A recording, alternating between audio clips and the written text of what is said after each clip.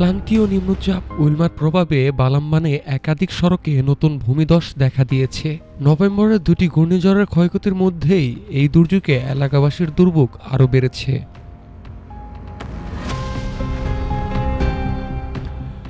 শুক্রবার ধারণ করা ফুটেজে দেখা যায় কাদায় ঢেকে যাওয়া সড়ক দিয়ে যানবাহন ধীরে ধীরে এগুচ্ছে। স্থানীয় বাসিন্দা নিজেরাই সড়ক পরিষ্কারে নেমেছে।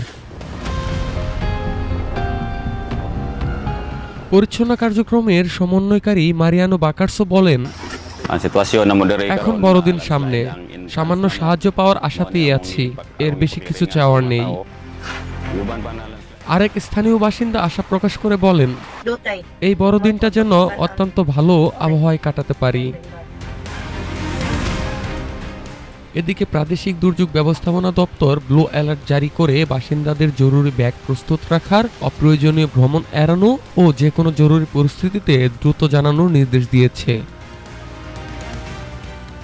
ফিলিপাইনে এর আগে টানা দুটি ঝড় টাইফুন ফুং-ওং ও টাইফুন কালমেগি অন্তত 265 জনের প্রাণহানি ঘটিয়েছে।